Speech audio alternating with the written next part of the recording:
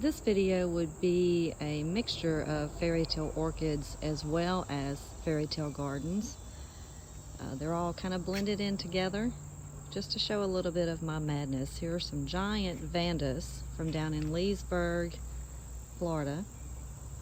Giant. I'm not a flower person, I'm a foliage person, so don't ask me what color they'll be. They are all named, all have tags, so can certainly look up that information. Very easy to find. So just a mixture, tillandsias, orchids, hoyas, morelias. This is a giant cymbidium that the armadillos kept knocking over, so it's taking a little beating, but it's coming back nicely. Has some beautiful foliage sticking up. Should bloom for me next year. They're usually in bloom in late February through March and last about a good 2 months in bloom, so highly recommend cymbidiums. More orchids. Down here, clivias. I have a big love for clivias. I have way too many clivias. So we have tillandsias. I do like the big, giant tillandsias. Like the kitty cats too. This is Amber. She's been with us since she was about 7 weeks old, and she's now 7 years old. So she's a keeper.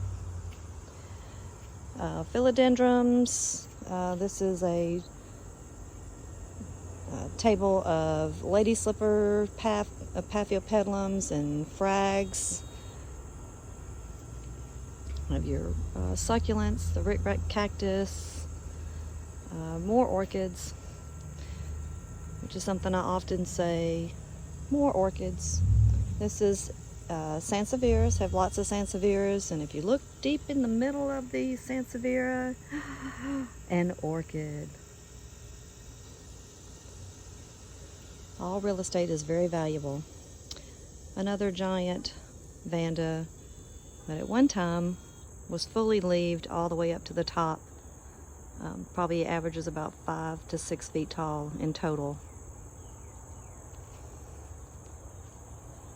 More gingers. More gingers. Various succulents as well.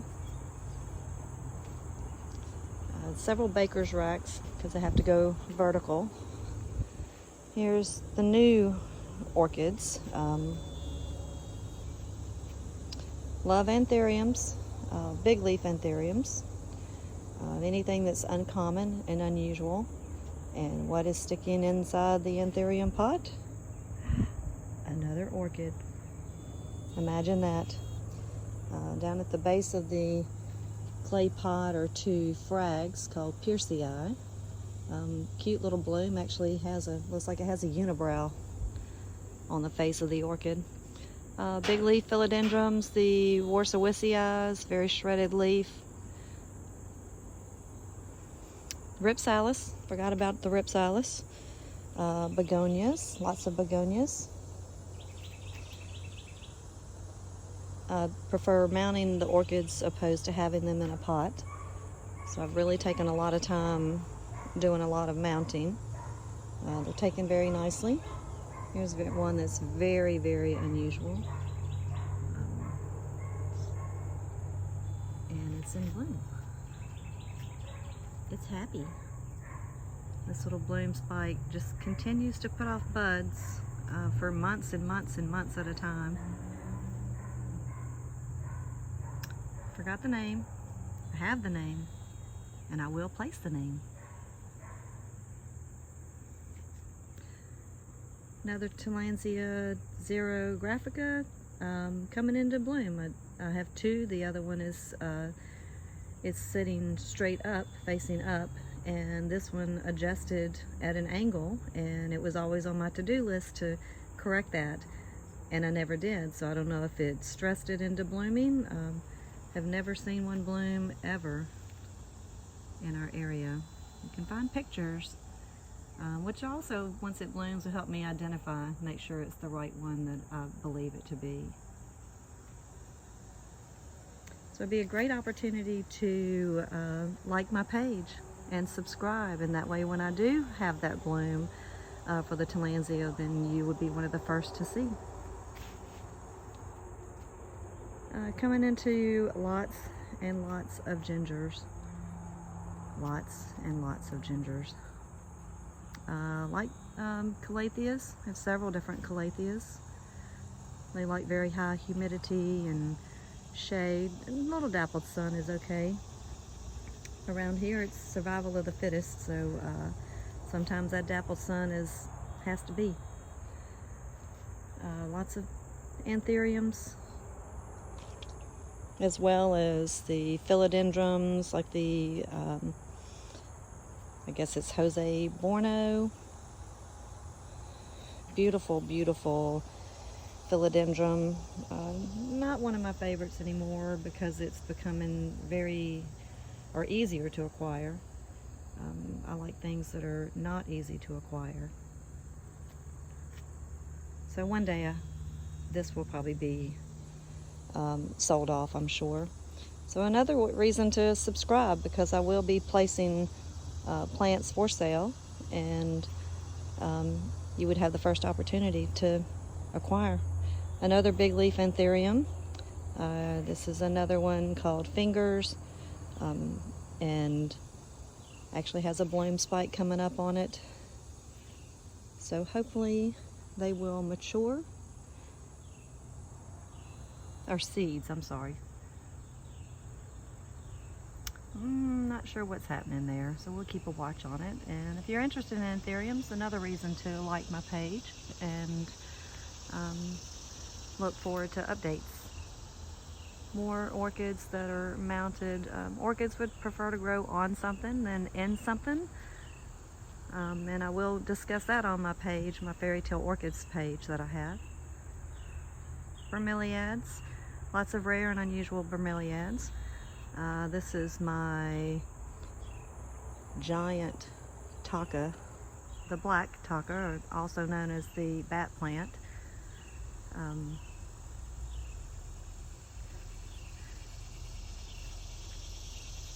Mostly available as seedlings in the marketplace for the takas. They come in white or black. Seedlings are very hard to grow. Most people I've talked to have not had success, so I've never tried a seedling before. They actually are bulbs, tiny, they're big bulbs at the base, and why people wouldn't make a bulb division, I don't know, but I did, and the tiny baby died off completely, and eventually I turned around and there were some beautiful leaves. And I have a healthy bulb division. So big difference between bulb division and seedling. Another anthurium. This anthurium, it just kind of floors me. It never really holds more than 4 leaves, and by the time the 4th leaf is developed, then that oldest leaf is typically expiring.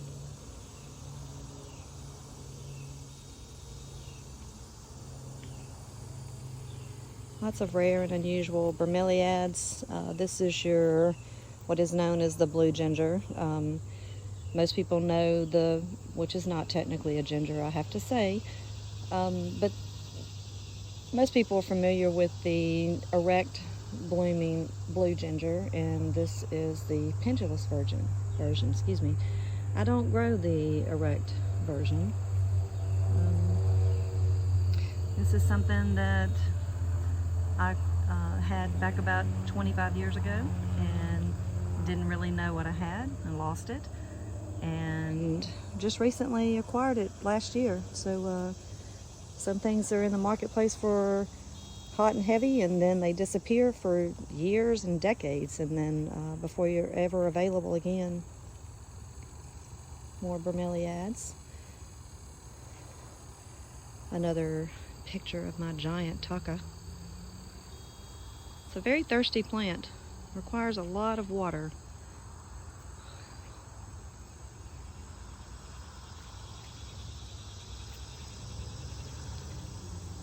I have a lot of, love my ponytail palms. Have about 7 ponytail palms, the tallest being about 12 feet tall. Several that are about 8 to 9 feet tall. Love my ponytail palms. Recently had this big, huge board, also around here known as the scoreboard. Don't know why, but put this up. It's height 10 feet tall, and the shade cloth over the top and down the back is 90%. More ponytail palms. Lots of costus, various types of costus. I like rare and unusual costus. For me, they're not necessarily hardy in the ground.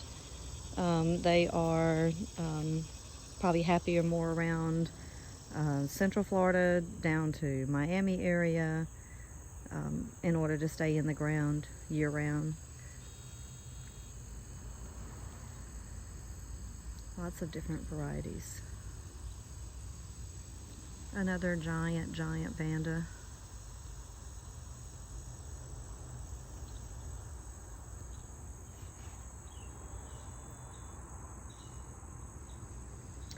Norfolk pine doesn't really fit in my collection of plants, but something that again was in the marketplace like crazy in the past and then disappeared for a long time in our area. So it just kind of touched me when I saw it available, and of course during Christmas time, so you can hang your little balls on there, and you know, it just kind of touched me as a memory. So it has a new home, or a home. More mounted orchids. Some take well to it and some really stress, but as long as they're showing new growth, then there's promise, and I have nothing but time. So whatever. And this is a interesting elephant ear. It's an alocasia, which is a clumper, and longaloba. Very interesting alocasia. Stromanthes. A lot of people consider stromanthes to be gingers, but they're not. I found stromanthes, the TriStar, which I do not grow because I feel like it's easily available. The TriStar can actually grow as a full-blown aquatic. I found out by accident many moons ago, where it stayed on, put it in a bucket of water, and it was on my to-do list to up-pot it because it was pot bound, and about 2-3 years later it's still in that bucket of water. And along with other plants, I actually grew an epiphyllum, which is, you know, the night blooming cereus or night blooming cactus. I grew a piece of that in that bucket of water along with that stromanthe. So stranger things have happened, or so the Foo Fighters say. This orchid is actually a bulbophyllum and mounted to be a tabletop presentation. I placed it across this bird bath of water, and the benefit of that is that bird bath water is going to be constantly evaporating during the heat of the day, and it will provide additional humidity or air quality around that orchid. Not air quality, humidity. I'll leave it at that. Sometimes it's time to move on. More big giant orchids.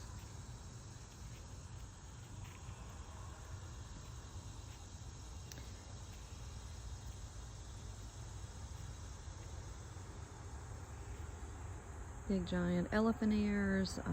Love elephant ears. Elephant ears come in 3 different families. You got your alocasias, your colocasias, and your xanthosomas. Once I had a elementary school was doing an ABC garden for the children, and they were having trouble finding a plant that started with an X. And I had a xanthosoma, which the common name for the particular one was called Mickey Mouse, and I thought how appropriate for an elementary school. So I quickly went out and separated off a Mickey Mouse xanthosoma and took it to the school and helped the children plant and complete their garden. This is a beautiful curcuma, beautiful. And if I get down kind of low to try to show the height of it, it is just really a giant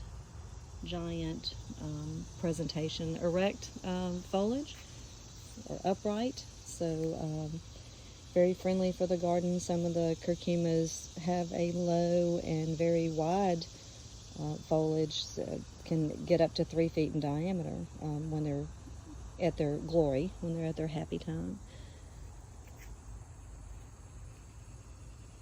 Typically, I find that the upright curcumas like this can handle more sun than the ones that are short and that 3 foot in diameter. Those tend to like almost complete shade. As you can tell in my garden, I don't really have a lot of space for 3 foot in diameter, so don't grow too many of those.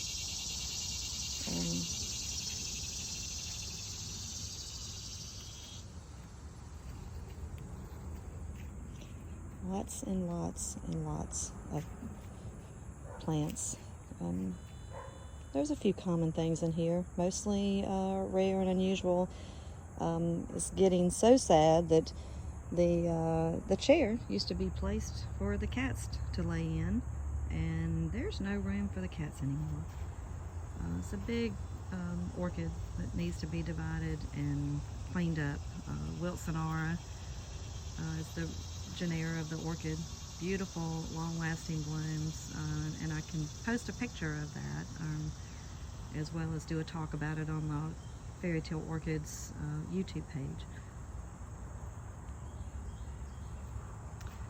So it just keeps going and going and going. And just to show the view when I look down my pathway, just all rare and unusual aroids, gingers, orchids, succulents, scoreboard. Love the scoreboard.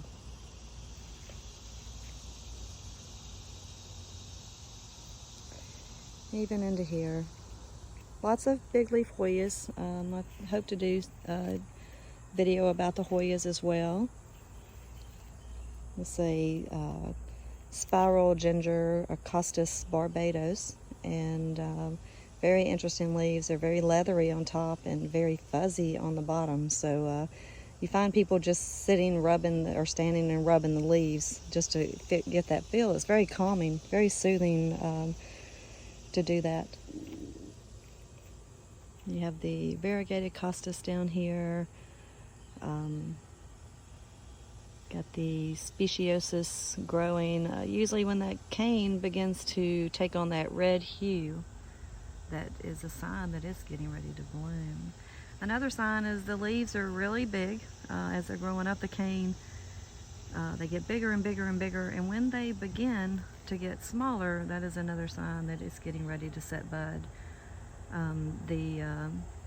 Also an interesting trait about the costus is the leaves, the cane spirals, and the leaves only go up one side of the cane. So if you straightened up that cane and forced it to be straight, you would only have leaves up one side. But because it spirals, then it gives the illusion of a bush. It's very interesting. I have several ferns as well. I hear my tummy growling. Lots of bromeliads, lots of begonias.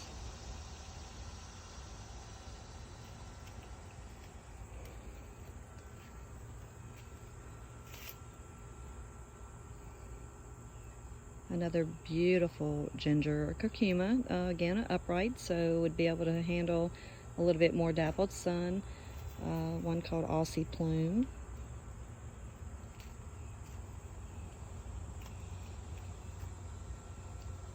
And way over here, more gingers, big leaf philodendrons.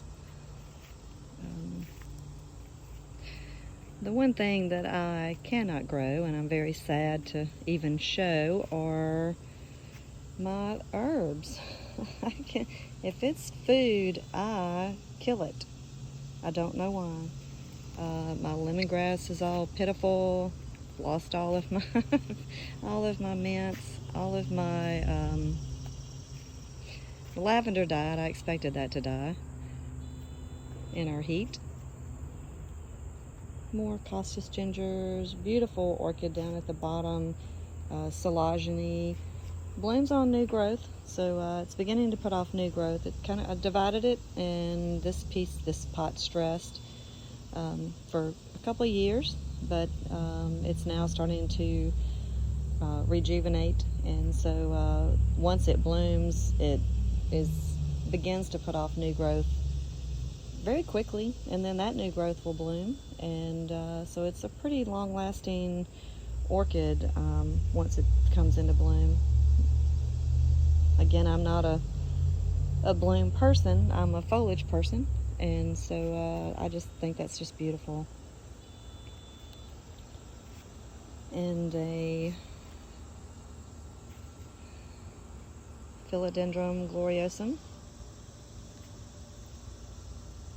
Very beautiful. From a dear friend. She sold it to me, but way too cheap. But we do that for each other. I'll do the same in return to her as well. My beautiful Warsawisii babies, and those will be for sale soon, so you can check out the Fairy Tale Gardens page, and be sure to like that and subscribe, and when those go on sale, will definitely be posted as well. They're not super fast at producing babies, so once these are available, I'm sure they'll go very quickly. Another big leaf anthurium, which I'm trying to help, I'm trying to get it identified.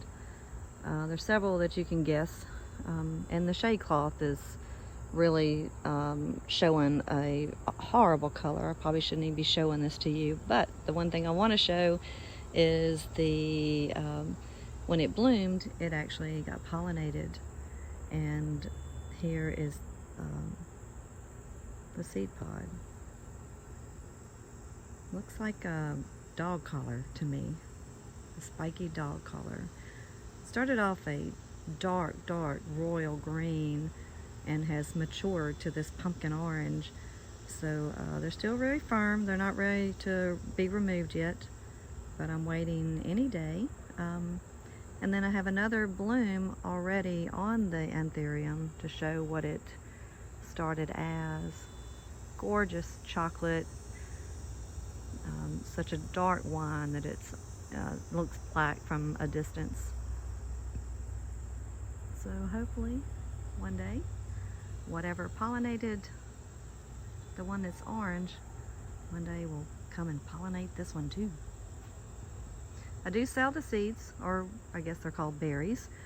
I do sell those on my Fairy Tale Orchids page, so you can watch for that. And again, if you subscribe, then would be one of the first to get availability on that. Because as you can see, I don't have room for a bunch of those anthuriums. The one that has that bloom on it is probably 4 feet tall. So anyway, hope you enjoyed the little tour. It's constantly changing. Hoping to go shopping again here soon. It's a sickness. But thank you for your time.